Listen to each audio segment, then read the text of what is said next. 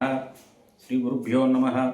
शुक्लाम्बरधरं विष्णुं शशिवर्णं चतुर्भुजं प्रसन्नवदनं ध्यायेत् सर्वविघ्नोपशान्तये।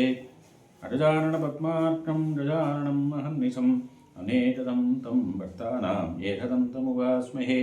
गुरवे सर्वलोकानां विषये भवरोगिणां निधये सर्वविद्यानां दक्षिणामूर्तये नमः। ज्ञानानन्दमयं देवं निर्मलस्फटिकाकृतिम् आधारं सर्वविद्यानां हयग्रीवमुपास्महे।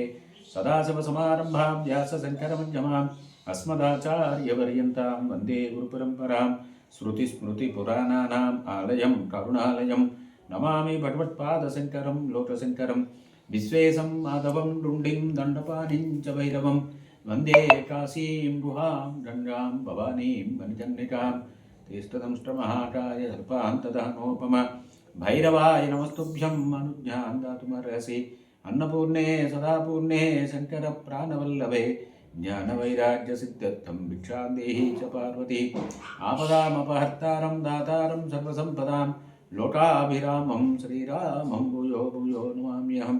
मनोजवं मारुततुल्यवेगं जितेन्द्रियं बुद्धिमतां वरिष्ठं वातात्मजं वानरयूथमुख्यं श्रीरामदूतं शिरसा नमामि।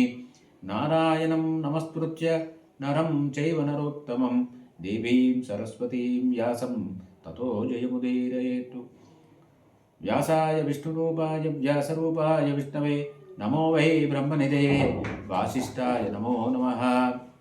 वसुदेवसुतं देवं कंसचाणूरमर्दनं देवकी परमानन्दं कृष्णं वन्दे जगद्गुरुं శ్రీకృష్ణం వందే జగద్గురుం. ఖాండవవనాన్ని అగ్నిదేవుడు దహించాడు కృష్ణార్జునుల యొక్క సహాయంతో. కేవలము 6 మాత్రమే మిగిలారు ప్రాణాలతో. అశ్వసేనుడు అంటే తక్షకుడు కుమారుడు, మయుడు అనేటువంటి దానవుడు, 4 పక్షులు. జనమేజయుడు మొత్తం మనమంతా తగలబడింది కదా, ఈ 4 పక్షులు ఏ రకంగా తప్పించుకున్నాయి, ప్రాణాలతో ఎలా నిలబడ్డాయి? ఈ అశ్వసేనుణ్ణి, రాక్షసుడైనటువంటి మయుణ్ణి కూడా అగ్నిదేవుడు దహించలేకపోయాడు, ఈ పక్షుల్ని కూడా దహించలేకపోయాడు. దానికి చాలా కారణం ఏమిటి అని అడిగాడు. ఈ 4 పక్షి పిల్లలు క్షేమంగా ఉండడం చాలా ఆశ్చర్యకరంగా ఉంది కదా మహాత్మా, దీని గురించి తెలియజేయండి అని కోరాడు వైశంపాయనుల వారిని. వైశంపాయనుల వారు, నాయనా చాలా భయంకరమైనటువంటి అగ్ని అయ్యా అది, ఖాండవాన్ని దహించినటువంటిది. దీనికి ఒక బలవత్తరమైన కారణం ఉన్నది ఈ పక్షి పిల్లలు ప్రాణాలతో ఉండడానికి, అది చెప్తాను నీకు అన్నారు. పూర్వము మందపాలుడు అనే ఒక మహర్షి ఉండేవారు. ధర్మజ్ఞాన ముఖ్యతమ తపస్వి సంచితవ్రత. ధర్మజ్ఞుడు ఆయన, ఎప్పుడూ గొప్ప తపశ్శక్తి సంపన్నుడు ఆయన, కఠోరమైన నియమాలతో తపస్సు చేసేటువంటి మహనీయుడు. ఆయన బ్రహ్మచర్యంలో ఉన్నారు. అందువల్ల ధర్మం మీదే ఆసక్తి ఆయనకి ఎప్పుడు కూడా. తపస్వి కాబట్టి ఇంద్రియాన్ని పూర్తిగా జయించారు ఆయన. తపస్వి విజితేంద్రియ అన్నారు. తపశ్శక్తి సంపన్నుడు, దాని ప్రభావం వల్ల బ్రహ్మచర్య దీక్షలో ఉన్నారు. ఇంద్రియాన్ని పూర్తిగా జయించారు ఆయన. తపస్సు పూర్తి చేశారు, ఇక దేహత్యాగం చేశారు.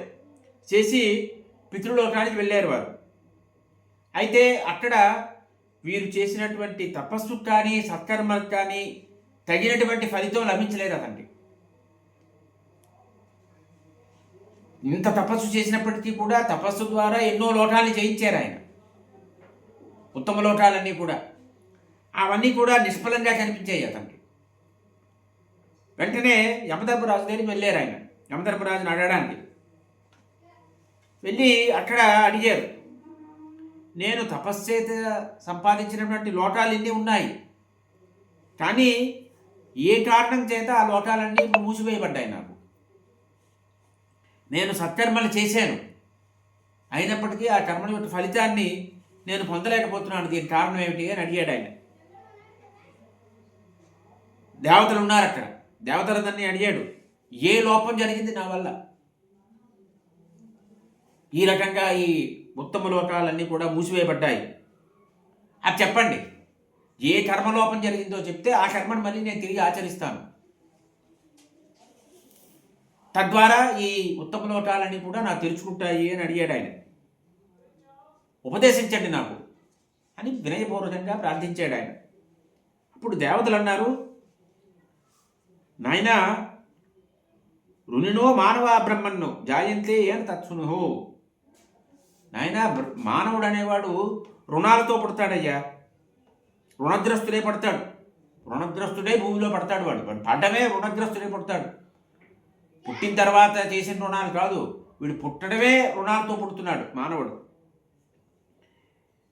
యజ్ఞకర్మలు చెయ్యాలి, బ్రహ్మచర్యం, సంతానం, ఈ మూడింటి ద్వారా ఈ రుణాల నుంచి ముక్తిని పొందుతాడు మానవుడు అని దేవతలు చెప్పారు ఉపదేశం.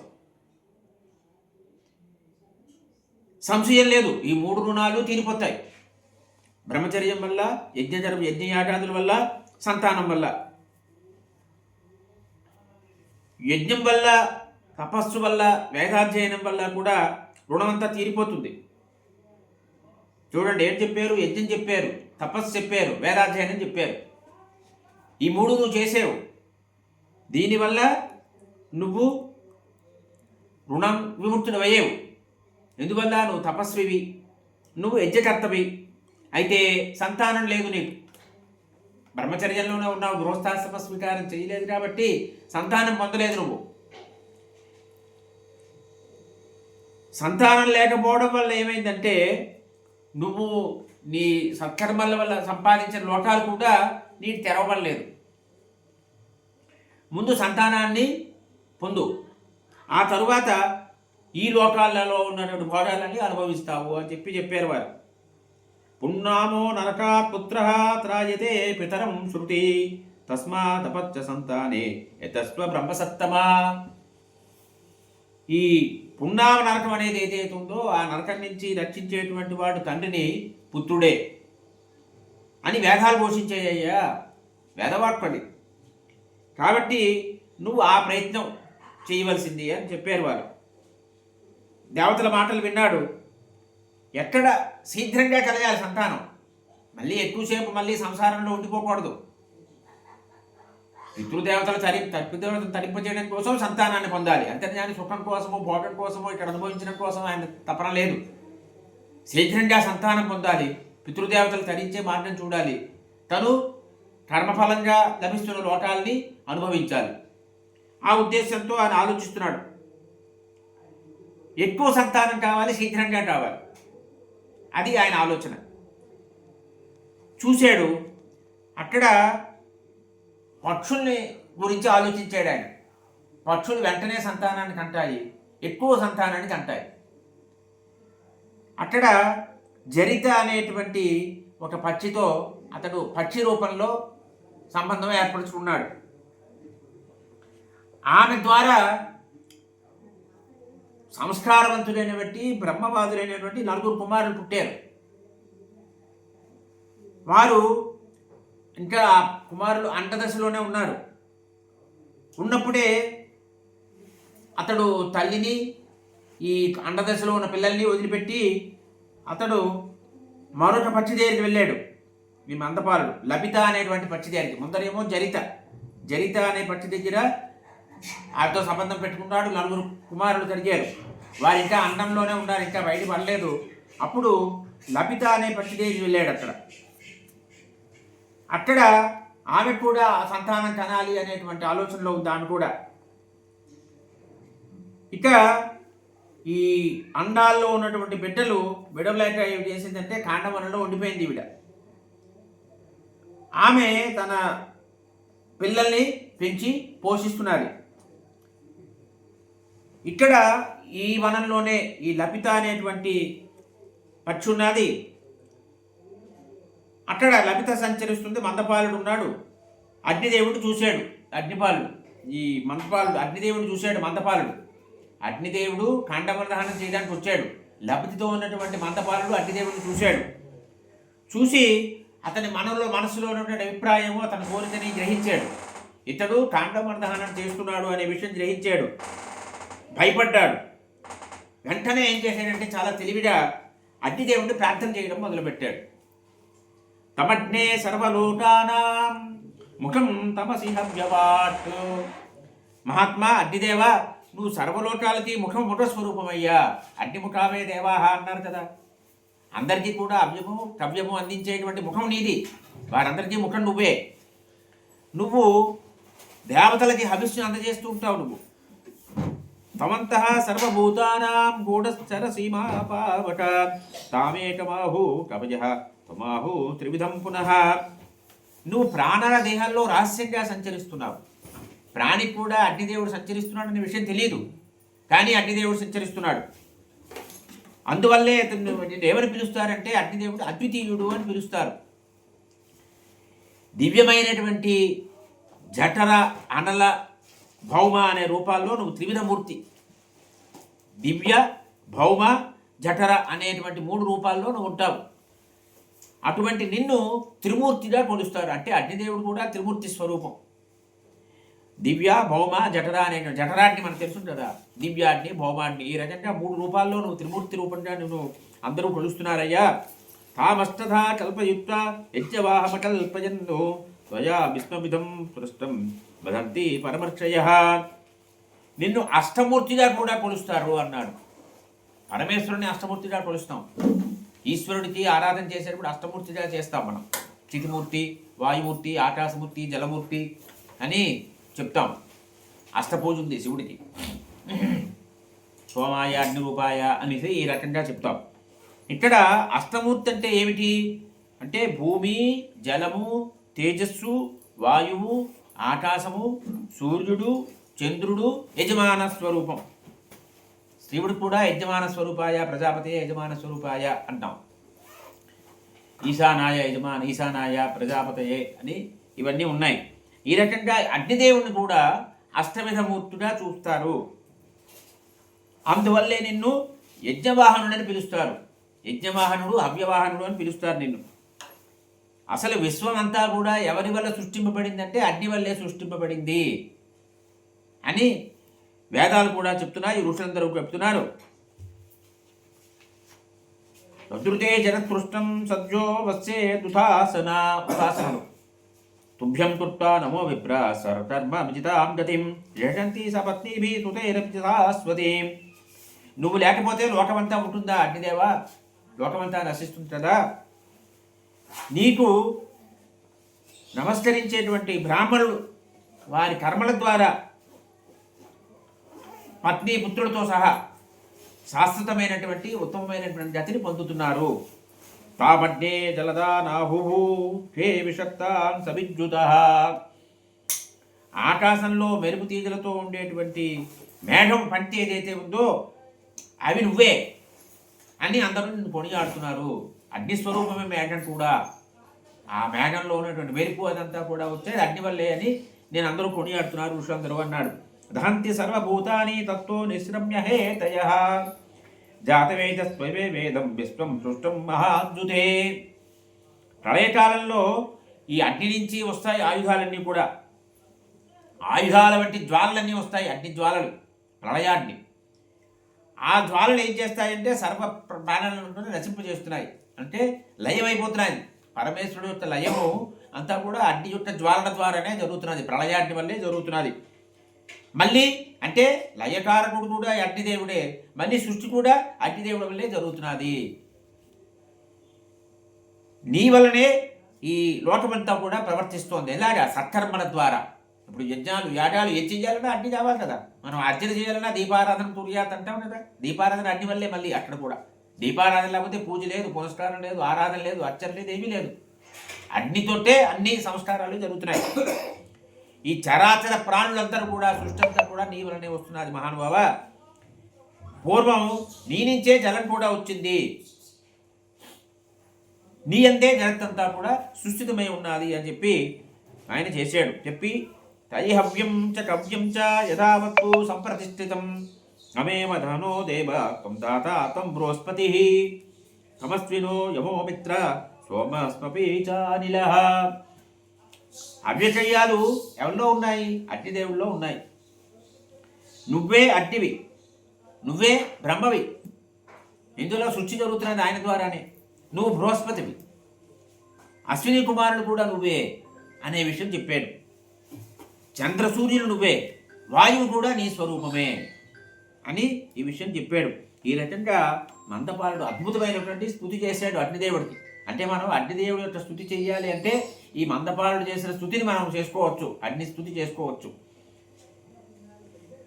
ఈ స్తుతి విన్నటువంటి అగ్నిదేవుడు చాలా సంతోషించాడు.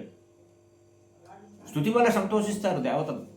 స్తుతి విన్నటువంటి వాడు సంతోషించి నీకు నేనేమి చెయ్యాలి అని అడిగాడు ఆయన అగ్నిదేవుడు. వెంటనే ఈ మందపాలుడు నమస్కారం చేశాడు. చేస్తూ ఈ తాండవనదహ సమయంలో నా పుత్రుల్ని మాత్రం విడిచిపెట్టమని కోరుతున్నాను అన్నాడు. అలాగే అని ప్రతిజ్ఞ చేశాడు అగ్నిదేవుడు. నీ పుత్రుడిని నేను దహించనులే అని చెప్పి మాట ఇచ్చాడు. సరే, ఈ విషయం అగ్నిదేవుడు ప్రతిజ్ఞ చేశాడు. మందపాలుడు సంతోషించాడు.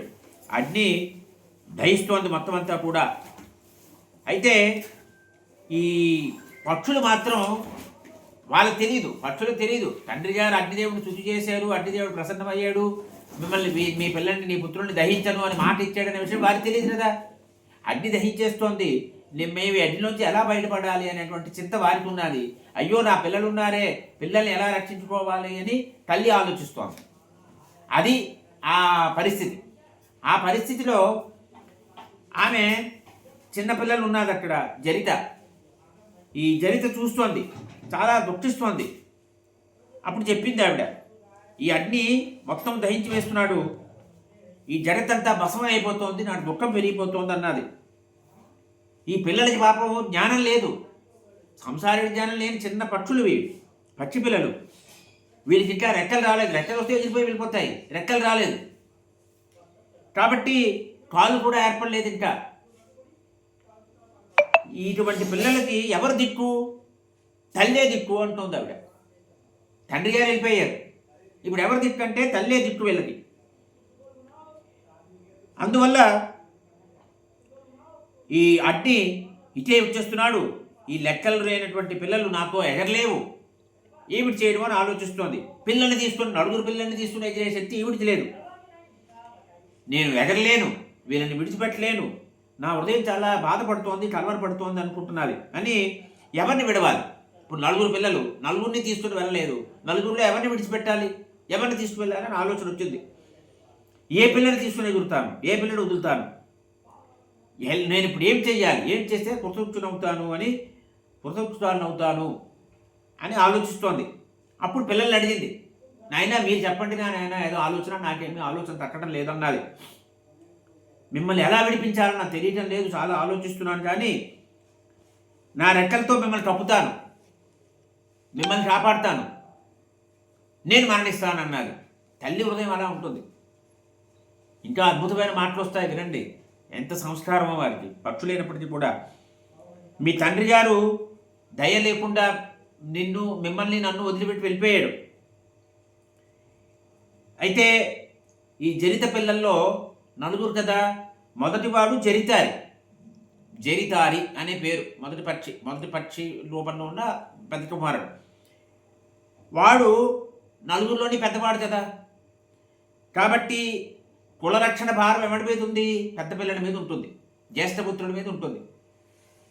కాబట్టి ఇక రెండో వాడు సారిసృట్టుడు అనేవాడు. పితృదేవతల వృద్ధంతా కూడా ఇతని వల్ల కలుగుతుంది. ఇక స్తంభమిత్రుడు అనేవాడు ఉన్నాడు, మూడోవాడు. అతడు బాగా తపస్సు చేస్తాడు. నాలుగోవాడు ద్రోణుడు, ఇతడు బ్రహ్మవాదుల్లో శ్రేష్ఠుడు. ఈ నలుగురు ఆ రకంగా ఉన్నారు. ఇప్పుడు ఈ నలుగురు పిల్లల్లో ఎలా నేను బయటపడాలి, ఏమిటి చేయాలి అని ఆలోచిస్తోంది. ఆమెకేమీ ఆలోచన రాలేదు. తల్లి చాలా భయపడుతోంది, ఆందోళనతో ఉన్నదని గ్రహించారు పిల్లలు. వెంటనే అన్నాడు, అమ్మ నువ్వు మా మీద ప్రేమ వదిలిపెట్టి నువ్వు ఎగిరిపో, అగ్ని ఎక్కడ లేదో ఆ ప్రాంతాన్ని నువ్వు వెళ్ళిపో, మమ్మల్ని వదిలే పర్వాలేదు, మా మీద నువ్వేమి బెంగ పెట్టుకోవద్దు అన్నారు వాళ్ళు. మేము నశించినా పర్వాలేదమ్మా అన్నారు పిల్లలు. మేము చనిపోయినా పర్వాలేదు, నీకు మళ్ళీ పిల్లలు పుడతారు కదా. ఎంత ఆలోచించారో చూడండి. నీకు పిల్లలు పుడతారు, మన వంశం వృద్ధి చెందుతుంది, వంశం నాశనం అయిపోదు, వంశం విచ్ఛిన్నం అవ్వదు ఇక్కడికి, మేము చనిపోయినా పర్వాలేదు, నువ్వు లేకుండా మేము ఉన్నా ఏం ప్రయోజనం అని అన్నారు పిల్లలు. నువ్వు నశిస్తే మన కులం ఉండదు, మన వంశం ఉండదు. మన వంశం నిలబడాలి, కులం నిలబడాలంటే నువ్వు ప్రాణాలతో ఉండాలి, కాబట్టి నువ్వు ఎగిరిపోమ్మా అన్నారు వాళ్ళు. ఏది శ్రేయస్కరం అని ఆలోచించి వెంటనే ఆచరించాలి, సమయం మించుకొస్తుంది అని చెప్పారు. నువ్వు ఒకవేళ మా మీద కనుక ప్రేమని, పుత్ర ప్రేమని వదలకపోతే నువ్వు నశిస్తావు, మేము నశిస్తాం, మన కులమే అంతరించిపోతుంది ఇక్కడికి. ఇక ఉత్తమ లోకాలని కావాలి అనుకుని కోరుకునేటువంటి తండ్రి గారికి సత్కర్మ కూడా మళ్ళీ వ్యర్థమైపోతుంది. ఆయన పుత్ర సంతానం పొందాలి, సత్కర్మ ఫలాన్ని పొందాలనే ఉద్దేశంతో ఆయన మమ్మల్ని అన్నాడు. కానీ నువ్వు చనిపోయి మేము చనిపోతే ఆయన ఏ ప్రయోజనంతో సంతానానికి అన్నాడు ఆ ప్రయోజనం నిష్ఫలమైపోతుంది, ప్రయోజనం పొందలేడు ఆయన. అందువల్ల నువ్వు ఉండాలి, నువ్వు ఉంటే తర్వాత మళ్ళీ సంతానం కలుగుతారు మా తండ్రి గారికి. ఆయన ఏ ఉద్దేశంతో సంతానం కోరుతున్నాడో అది నెరవేరుతుంది, కాబట్టి మమ్మల్ని విడిచిపెట్టి నువ్వు వెళ్ళిపోవని ఆ పిల్లలు చెప్పారు. అప్పుడు జరిత అన్నది, నాయనా ఇక్కడ ఒక చెట్టు ఉంది చూసారా, ఆ చెట్టు దగ్గర ఒక ఎలక కన్నం పెట్టిందయ్యా, మిమ్మల్ని అందులో ప్రవేశింపజేస్తాను, మీరు అందులో ప్రవేశించండి. అక్కడ అందులో దూరిపోతే అగ్ని ఏమి చెయ్యదు, లోపలికి ఉంటుంది కదా, అంటే గుహలా ఉంటుంది, స్వరణ్యంలాగా అనమాట. అందులో ఉంటే క్షేమంగా ఉంటారు మీరు అని చెప్పింది. మీరు వెళ్ళిపోయింది, మీరు లోపలికి ప్రవేశించండి, నేను అక్కడ రంధ్రం ఉంది కదా దాన్ని కప్పిస్తాను, కప్పేసి నేను ఎగిరిపోతాను మరో సురక్షిత ప్రదేశానికి. ఈ అగ్ని పూర్తిగా కాండవన దైనం అయిపోయిన తర్వాత మళ్ళీ వస్తాను, వచ్చి ఆ రంధ్రం తీర్చేస్తాను, మీరు బయటకు వచ్చేద్దరు జాని, మీరు క్షేమంగా ఉంటారు, నేను క్షేమంగా ఉంటాను అన్నది ఆవిడ. ఇదే చాలా మంచి ఉపాయం అన్నా తెలుస్తున్నది అన్నది. మీకు నచ్చితే ఇచ్చేద్దాము అంది పిల్లలది. ఇప్పుడు పిల్లలు అన్నారు, మేము మాంసముద్రం, మాకు రెక్కలు లేవు, మాంసముద్దులుగా ఉన్నాం మేము, మమ్మల్ని ఎలక తినేస్తుంది, ఎలక నోట్లో పడిపోతాం మేము, ఆ భయం మాకుంది, ఆ భయం ఉంది కాబట్టి మేము ఆ బిలంలో ప్రవేశించలేము అన్నారు పిల్లలు. అగ్ని మమ్మల్ని ఆ లోపలికి వెళ్తే దహించడం నువ్వు అంటున్నావు, కానీ ఎలక నాశనం చేయదా మమ్మల్ని? ఇక్కడ ఉంటే అగ్నిలో పడి చచ్చిపోతాం, ఆ లోపలికి వెళ్తే ఎలక చంపేస్తుంది కదా.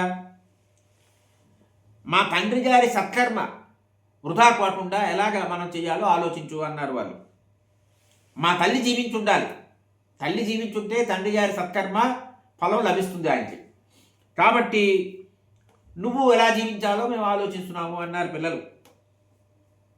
ఎలాగైనా బిల్లలో ప్రవేశిస్తే ఎలక మనం చంపేస్తుంది, ఆకాశంలో ఎదదామని ప్రయత్నం చేస్తే అగ్నిదేవుడు దహించేస్తాడు, కాబట్టి ఈ రెండింటిలో ఏది ఉత్తమం అంటే అగ్నికి ఆహుతి అయిపోవడమే మంచిది అని ఒక తీర్మానం చేశారు పిల్లలు. ఈ ఎలకకి చిట్టిపోయి ఎలక చేతుల నోట్లో పడి చనిపోయే కంటే కూడా అగ్నికి దహించుకుపోవడం మంచిది అని వారు అన్నారు.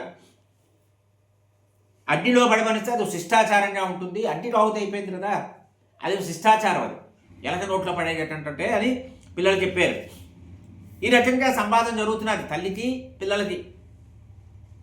అప్పుడు తల్లి అన్నది జరిత, నాయనా ఎలక ఈ బిల్లలో లేదు, ఇప్పుడు ఆ ఎలకని ఒక డాడీ పట్టుకుపోయింది ఎలకని, కాబట్టి సురక్షితంగా మీరు ఉంటారు, మీరు వెళ్ళిపోండి లోపలికి అన్నది. ఈ బిల్లంలోకి వెళ్తే మీకేమీ భయం ఉండదు సుమా అని చెప్పింది. అప్పుడు పక్షులు అన్నాయి, ఆ డాడ ఎలకని తీసుకుపోయింది అనే విషయం మాకు తెలియదు, నువ్వు చెప్తున్నావు, పోనీ ఒక ఎలకని పట్టుకెళ్ళింది, ఇంక లోపల మరి ఎలకలు ఉండొచ్చు కదా, ఒక ఎలకే ఎలా చెప్తావు నువ్వు, ఒక ఎలకని నువ్వు పట్టుకెళ్ళడం చూసావు, ఇంక లోపల ఎన్ని ఎలకలు ఉన్నాయో మనకు తెలియదు కదా, ఇంకా ఎలకలు ఉండొచ్చు కదా, వాటి వల్ల ఏమో ఉంటుంది కదా అన్నారు పక్షులు బిల్లలు. అంటే ఈ అగ్ని ఇంతవరకు వస్తుంది అనేటువంటి విషయం ఏమి సందేహం లేదు, అగ్ని వాయువేగంతో వచ్చేస్తోంది, ఇక్కడ కూడా వచ్చేస్తుంది, మనకు కూడా ఆక్రమిస్తుంది. సంశయరహితంగా చనిపోయేటట్టు కూడా సంశయంతో చనిపోవడం మంచిదమ్మా అన్నారు వారు. అని నువ్వు ఆకాశంలో వెళ్ళిపో అని చెప్పారు. అప్పుడు ఈ జరిత అంటోంది తల్లి, నాయనా ఆ బిల్లల నుంచి ఎలకని పట్టుకెళ్తున్నాడు చూసావా, డాడీ పట్టుకెళ్తుంది కదా, అప్పుడు నేను కొంత దూరం వెళ్ళాను, వెళ్ళి మాకు చాలా ఉపకారం చేసేవు, ఈ ఎలకని చూసి మేము భయపడుతున్నాం, నేను భయపడుతున్నాను ఎప్పుడు నా పిల్లలు తినేస్తుందో అని, నా భయాన్ని పోగొట్టేవి ఇవాళ, నాకు ఉపకారం చేసావు అని ఆ డాడీకి నేను ఆశీర్వాదం ఇచ్చానయ్యా, నా పిల్లల క్షేమాన్ని నువ్వు కోరుతున్నావు కాబట్టి, ఎలకని తీసుకెళ్తున్నావు కాబట్టి నేను ధన్యవాదాలు అని చెప్పి ఆశీర్వాదం కూడా చేశాను అన్నది. మాకు శత్రువు ఎలక, ఆ ఎలకను నువ్వు తీసుకుపోతున్నావు కాబట్టి మీకు స్వర్గప్రాప్తి కలిగేటువంటి శత్రువు లేనటువంటి శరీరం నీకు కలుగుతుందయ్యా అని ఆశీర్వాదం చేశాను, ఆశీర్వచనం ఇచ్చాను అన్నది.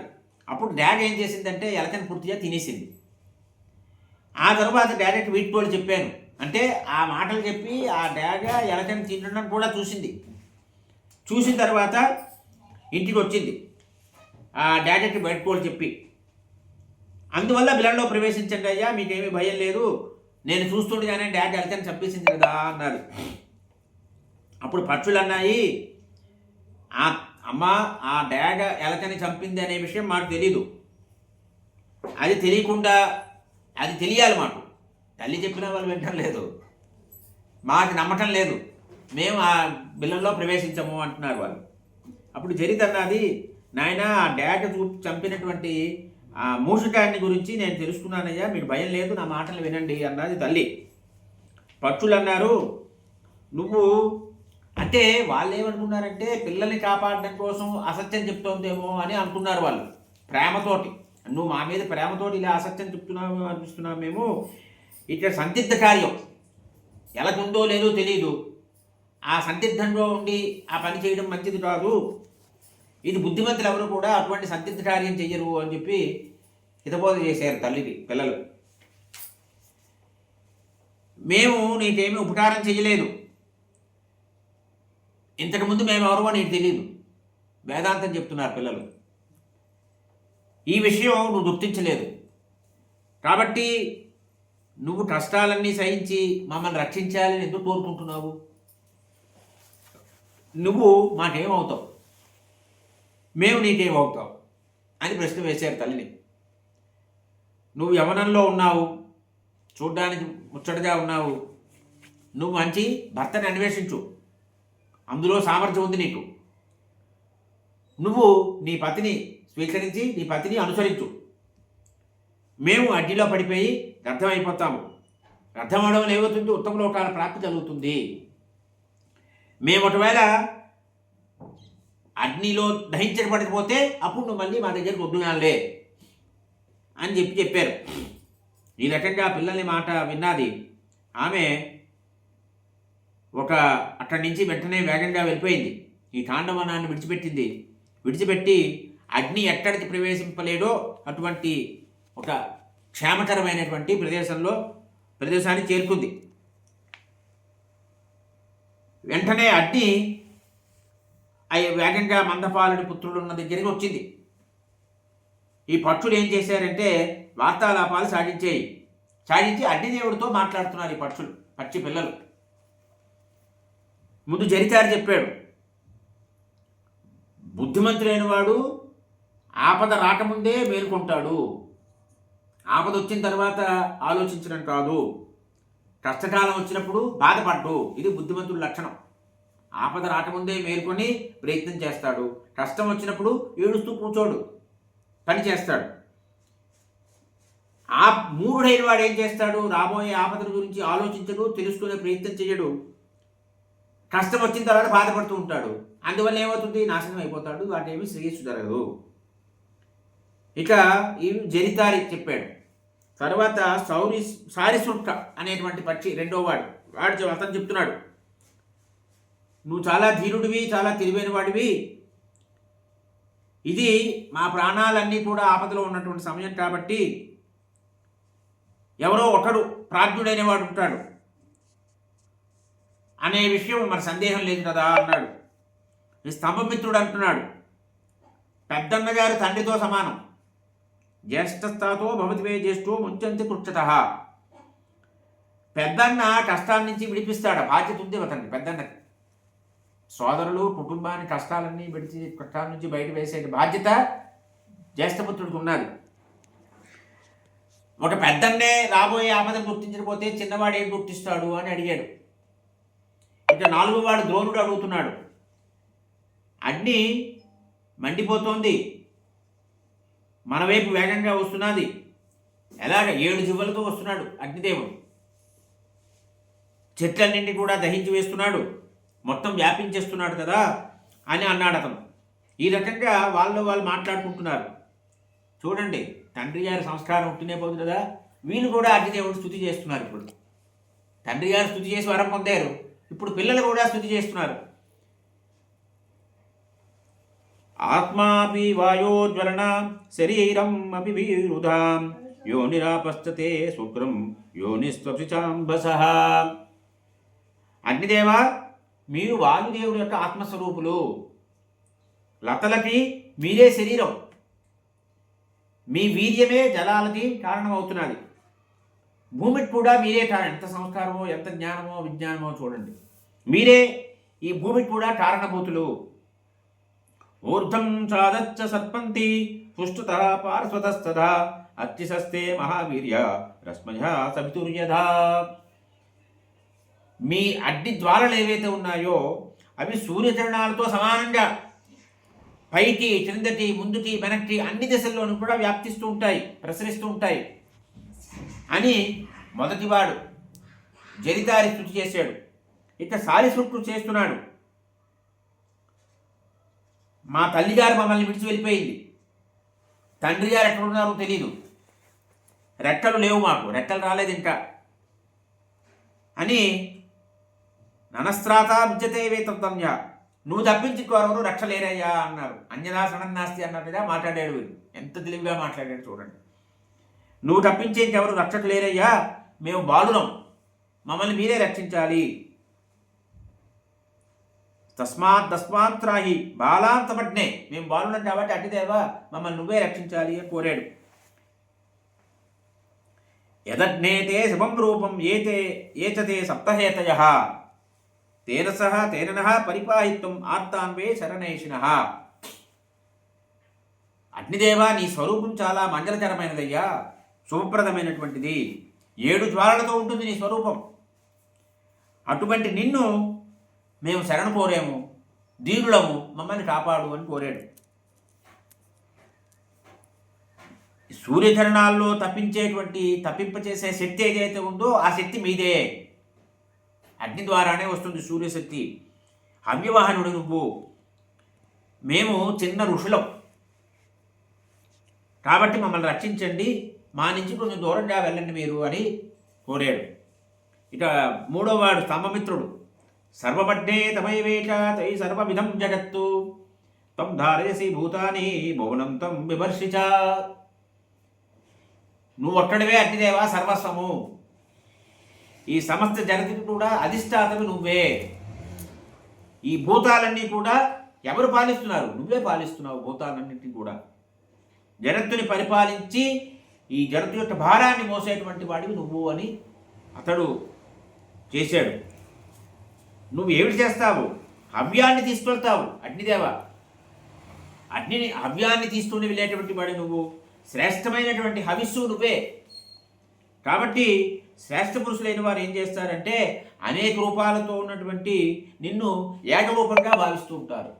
అనేక రూపాలతో ఉన్నా ఉన్న రూపం ఒకటే అని, అగ్ని రూపమని నిన్ను భావిస్తూ ఉంటారు. ఈ 3 లోకాలని కూడా సృజిస్తూ ఉంటావు మహానుభావ. నువ్వు తగిన సమయంలో దహిస్తూ ఉంటావు, సంభరిస్తూ ఉంటావు. నువ్వే ఉత్పత్తిస్థానము, నువ్వే లయ. అంటే ఉత్పత్తి నువ్వే చేస్తున్నావు, లయ కూడా నువ్వే చేస్తున్నావు. సృష్టి నీ వల్లే అవుతోంది, లయం కూడా నీ వల్లే అవుతోంది అని అతడు ప్రార్థించాడు. ఇక ద్రోణుడు చేస్తున్నాడు. తమన్నం ప్రాణిబుద్భృప్తం అంతర్భూతో జగత్పతే నిత్య ప్రబుద్ధ పచసి తై సర్వం ప్రతిష్ఠితం. ప్రాణుల శరీరాల్లో ఉండి నువ్వు ప్రాణులు తిన్నటువంటి అన్నాన్ని పచనం చేస్తున్నావు. ఇదే స్వామి చెప్పారు కదా, అహం వైశ్వాన రోగుత్వ ప్రాణాం దేహం ఆశ్రిత పచామ్యన్నం చతుర్విధం అని. జగదాగ్ని స్వరూపంగా నేను పచనం చేస్తున్నానన్నారు స్వామి. ఆ అగ్ని స్వరూపం ఇతడు అగ్ని, అది చెప్తున్నాడు ఇతడు ద్రోణుడు. ఈ ఆహారం ఏదైతే ప్రాణులు తీసుకుంటున్నారో ఆ ఆహారం అంతా జీర్ణమయ్యే విధంగా చేసేటువంటి స్వరూపం నీదే అని చెప్పాడు. నువ్వే సూర్యుడివి, సూర్యోభూత్వా, నువ్వే సూర్యుని యొక్క కిరణాలతో ఈ భూమి నుంచి జలాల్ని రసాల్ని గ్రహిస్తావు. గ్రహించి తగినటువంటి సమయంలో వర్షం ద్వారా మళ్ళీ భూమి మీద ఈ జలాల్ని అనుగ్రహిస్తున్నావు. నీ నుంచే ఈ వనస్పతులు, నదులు, ఈ మహోదధి, సాగరము ఇవన్నీ కూడా నీ వల్లే ఏర్పడుతున్నాయి మహానుభావ. ఇక ఈ మా ఇంటికి రసాధిపతి అయినటువంటి వరుణుడు దిక్కు కాబట్టి, అంటే మా మా యొక్క ఇల్లు ఏదైతే ఉందో దీనికి ఎవరు దిక్కు అంటే వరుణుడు దిక్కు అని చెప్పాడు. వరుణుడు దిక్కు కాబట్టి నువ్వు కొంచెం శీతలంగా ఉండి మమ్మల్ని కాపాడవలసింది, మమ్మల్ని రక్షించవలసింది, మమ్మల్ని నాశనం చేయొద్దు అని కోరాడు. ఎర్రటి కంఠం ఉన్నటువంటి వాడివి నువ్వు. సముద్రుని ఇళ్లలో ఎలా వదులుతారో, అంటే సముద్రుని ఎలా వదులుతావో అలా మమ్మల్ని కూడా విడిచిపెట్టవలసింది. అంటే సముద్రుడి ఇంటిని వదిలిపెడతావు నువ్వు, అగ్ని దహించదు, అలాగే మా ఇంటిని కూడా దహించద్దు అని చెప్పి అంత చాలా తెలివిగా మాట్లాడాడు. అంటే సాగరుడి ఇల్లు ఏమిటి అంటే నదీ ప్రవాహాలు, సాగరుడి ఇల్లు నదీ ప్రవాహాలు. అందువల్ల ఈ రకంగా మమ్మల్ని విడిచిపెట్టి వేరే మార్గంలో వెళ్ళవలసింది అని కోరాడు. బ్రహ్మవాది ద్రోణుడు, బ్రహ్మవాది అంటే మహర్షులే ఆ పక్షి రూపంలో వచ్చారు. అంటే తండ్రి గారు మహర్షి కదా. అగ్ని ఈ స్తుతి విన్న తర్వాత చాలా సంతోషించాడు. ఏ మృత్తో జాతవేద ద్రోణేన బ్రహ్మవాదిన ద్రోణమా ప్రతీతాత్మ మందపాల ప్రతిజ్ఞయ. ఈ బ్రహ్మవాది అయినటువంటి ద్రోణుడి మాటలు విన్నటువంటి అగ్నిదేవుడు చాలా సంతోషించాడు. ఒక్కసారి గుర్తొచ్చింది, మందపాలుడు కోరాడు, నా పుత్రుడు ఉన్నారు, వారిని క్షేమంగా చూడవలసింది, వారిని దహించద్దు అని అతను కోరాడు, ప్రార్థన చేశాడు. నేను మాట ఇచ్చానని గుర్తు చేసుకున్నాడు. వెంటనే అగ్నిదేవుడు ఋషి ద్రోణస్వపి వై బ్రహ్మ తద్వ్యావృతం త్వయా ఈప్సితం తే కరిష్యామి నచతే విద్యతే భయం. నాయన బ్రహ్మతత్వాన్ని వ్యాఖ్యానం చేసావయ్యా ద్రోణ, నీ కోరిక తప్పకుండా తీరుస్తాను, నా వల్ల నీకు భయం ఉండదు అని చెప్పి అగ్నిదేవుడు చెప్పాడు. మందపాలుడైనటువంటి ఋషి మీ గురించి నాకు చెప్పాడు ముందరే. ఈ తాండవనదానంలో నా పుత్రులు ఉన్నారు, వారిని మాత్రం విడిచిపెట్టవలసింది అని కోరారు. ద్రోణ, నీ తండ్రి గారికి నేను మాట ఇచ్చానయ్యా మిమ్మల్ని కాపాడతానని. ఆయనకి నేను ఇచ్చిన మాటని, నువ్వు చెప్పిన దానిని, ఆ రెండింటినీ విచారం చేస్తే ఈ రెండూ చాలా విశిష్టమైనవే. నీకు నేనేం చెయ్యాలో చెప్పు అని అగ్నిదేవుడు అడుగుతున్నాడు వీళ్ళని. చాలా తృప్తి పొందానయ్యా. భృశం ప్రీతోస్మి భద్రంతే బ్రహ్మణ్ స్తోత్రేణ సత్తమా. భద్రంతే అని అభయమిచ్చాడు. శుభం కలుగుతుంది నాయన, నీ స్తోత్రం ఏదైతే చేసేవో నేను ప్రసన్నుడయ్యాను అని అగ్నిదేవుడు చెప్పాడు. వెంటనే ద్రోణుడు అందుకున్నాడు. ఇమే మార్జారక శుక్ర నిత్యముద్వేదయంతిన ఏతాన్ కురుస్వదుర్భాంతం ముతాసన స్వాంధవాన్నో. ఈ పిల్లి పిల్లలు మమ్మల్ని రోజు బాధిస్తున్నాయి కాబట్టి వాటిని నాశనం చేయవలసింది అని కోరాడు ద్రోణుడు. వెంటనే ఈ అగ్ని ఆ రకంగా చేశాడు, మొత్తం తాండవనాన్ని దహనం చేశాడు. ఈ రకంగా అగ్నిదేవుడు ఈ నలుగురిని కూడా విడిచిపెట్టాడు. క్షేమంగా వారు ఆ అగ్నికి దహనం అవ్వలేదు వారు. ఈ రకంగా మంద్రపాలుడు కూడా ఆలోచిస్తున్నాడు, అగ్నిని ప్రార్థించాడు. అయినా అతను మనసులో శాంతి లేదు. పిల్లలు ఎలా ఉన్నారో, ఏమైందో అని అనుకుంటున్నాడు. ఆ లభితతో అన్నాడు, నా పుత్రులు గూళ్ళలో ఉన్నారు, పక్షుల గూట్లో, వాళ్ళు ఎలా ఉన్నారో ఏమిటో అని అన్నాడు. వారి తల్లి చాలా దీనంగా ఉంటుంది పాపం, ఇప్పుడు అసమర్థురాలు పాపం, ఎలా రక్షిస్తుంది పిల్లల్ని? శోటంతో వినిపిస్తూ ఉంటుంది, నా పిల్లలకి ఇంకా రెక్కలు రాలేదు, ఎగరలేరు, ఏమిటి చేస్తున్నారో అని. ఈ జరితారి జ్యేష్ఠపుత్రుడు ఎలా ఉన్నాడో, శాలిశుక్రుడు ఎలా ఉన్నాడో, స్తంభమిత్రుడు ఎలా ఉన్నాడో, ద్రోణుడు ఎలా ఉన్నాడో అని చాలా బాధపడుతున్నాడు అతను. ఆమె ఈ లభిత మాత్రం కొంచెం అసూయ పొందింది అని ఆవిడ అన్నది, ఏ ఋషుల పేర్లు పెట్టేవు కదా నీ పక్షులకి, కాబట్టి ఆ ఏ ఋషుల పేర్లు పెట్టేవో ఆ ఋషుల యొక్క మహిమ వల్ల వాళ్ళకేమీ అవతలే అన్నది ఆవిడ. అంటే అసూయతో మాట్లాడినా మంచి మాట చెప్పింది ఆవిడ. అందువల్ల భయం లేదులే ఏమి అని చెప్పేసి, నీ పుత్రుడు ఏమీ భయపడాల్సిన పని లేదు అని చెప్పింది. ఆ అగ్నిదేవుడు ప్రతిజ్ఞ చేశాడు నీ పుత్రుడిని రక్షిస్తానని అని ఆమె చెప్పింది. చెప్పిన తర్వాత నువ్వు మా మీద ఉపేక్ష చూపిస్తున్నావయ్యా అన్నది ఆవిడ. ఈ జరిత కోసం ఇంతలా అవస్తున్నాడు కాబట్టి, అవస్థ పడుతున్నాడు కాబట్టి ఆమె దగ్గరికి వెళ్ళవలసింది అని ఆవిడ కొంచెం పరుషంగా మాట్లాడింది. అప్పుడు మందపాలుడు అన్నాడు, నేను సంసారంలో వచ్చింది కేవలము సంతానం పొందడం కోసమే. అట్టి సంతానం ఇప్పుడు సంకట స్థితిలో ఉన్నది కాబట్టి నేను బాధపడుతున్నాను అన్నాడు. అని ఈ ప్రదేశం నుంచి అగ్ని పూర్తిగా దానం అయిపోయింది. అయిపోయిన తర్వాత జరిత మళ్ళీ శీఘ్రంగా ఆడికి వచ్చింది. అగ్నిదేవుడి యొక్క అనుగ్రహం పొందినటువంటి పిల్లలు 4 క్షేమంగా కనిపించారు ఆవిడికి. అబ్బా, కష్టమంతా తీరిపోయింది భగవంతుని దయ వల్ల, అగ్నిదేవుడి దయ వల్ల అని సంతోషించింది. దర్శనమైంది. ఒక్కసారి కన్నీటు ధారలు వచ్చేస్తున్నాయి ఆవిడికి. విడివిడిగా పిల్లలందరినీ కలిసింది, ఆనందించింది. ఇంతలో మందపాలుడు కూడా అక్కడికి వచ్చాడు. అయితే పిల్లలు ఎవరు కూడా మందపాలుడిని అభినందించలేదుట. ఒక్కొక్కరిని జరితని కూడా పలకరించాడు మందపాలుడు తండ్రి. కానీ వారెవరూ మాట్లాడలేదు, మంచి చెప్పలేదు, చెడు చెప్పలేదుట. అప్పుడు మందపాలుడు అన్నాడు, నాయనా మీరు జ్యేష్ఠపుత్రుడు ఎవరయ్యా? చిన్నవాడెవడు, మధ్యముడెవడు, కనిష్ఠుడెవడు అని అడిగాడు పిల్లల్ని. నేను దుఃఖంతో బాధపడుతూ ఉంటే మీరు ఎవరు సమాధానం చెప్పరేమిటి అని అన్నాడు. నేను మిమ్మల్ని విడిచి వెళ్ళాను, కానీ నేను శాంతిగా లేను, మీ గురించే నేను బాధపడుతున్నాను అన్నాడు. అప్పుడు జరిత అంటోంది, ఇక నీకు జ్యేష్ఠుడితోటి, కనిష్ఠుడితోటి, మధ్యముడితోటి ఇంకేం పని అయ్యా నీకు? వారి ప్రయోజనం ఏమిటి అన్నది. అంటే ఈ సమతి పోరు అన్నమాట వీళ్ళిద్దరికీ కూడా. అప్పుడు మందపాలుడు ఈ సమతి పోరు అనేది ఏదైతే ఉన్నదో అది శత్రుత్వాన్ని కలిగిస్తుంటుందమ్మా అని చెప్పాడు. ఈ రకంగా అప్పుడు ఇదంతా అయిన తర్వాత ఈ 4 పిల్లలు కూడా వారి రూపాలతో తండ్రి గారి దగ్గర వచ్చారు, కూర్చున్నారు. తండ్రి గారు వాళ్ళందరినీ ఆదరించారు. అగ్నిదేవుడు ప్రతిజ్ఞ చేశాడు నా పిల్లల్ని రక్షిస్తానని. ఆ రకంగా ఆయన రక్షించాడు అని వారందరూ కూడా అగ్నిదేవుడికి ఒకసారి కృతజ్ఞతాపూర్వకంగా నమస్కారాలు తెలియజేస్తున్నారు. తెలిసిన తర్వాత అప్పుడు, నాయనా మీ గురించి నేను చాలా బాధపడ్డానయ్యా, అయితే మీరు ఋషులు, ఆ విషయము అగ్నిదేవుడు తెలుసును. మీకు బ్రహ్మతత్వం పూర్తిగా అవగతమైంది. మీకు బ్రహ్మతత్వం తెలిసినటువంటి ఋషులు మీ అందరూ కూడా, అక్షి రూపంలో ఉన్నప్పటికీ కూడా. అందుకే ఏ రూపంలో ఏ సత్పురుషులు ఉంటారో మనకు తెలియదు సృష్టిలో. ఇది భారతం తాక్కాణం అంటే ఇక్కడ పక్షి రూపంలో నుండి బ్రహ్మర్షులు వారందరూ కూడా బ్రహ్మతత్వం తెలిసినటువంటి ఋషులు వారు. ఈ విధంగా భార్యని, పుత్రుల్ని అందరినీ ఓదార్చాడు. ఓదార్చిన తర్వాత ఆ మందపాలుడు అక్కడి నుంచి నిష్క్రమించాడు.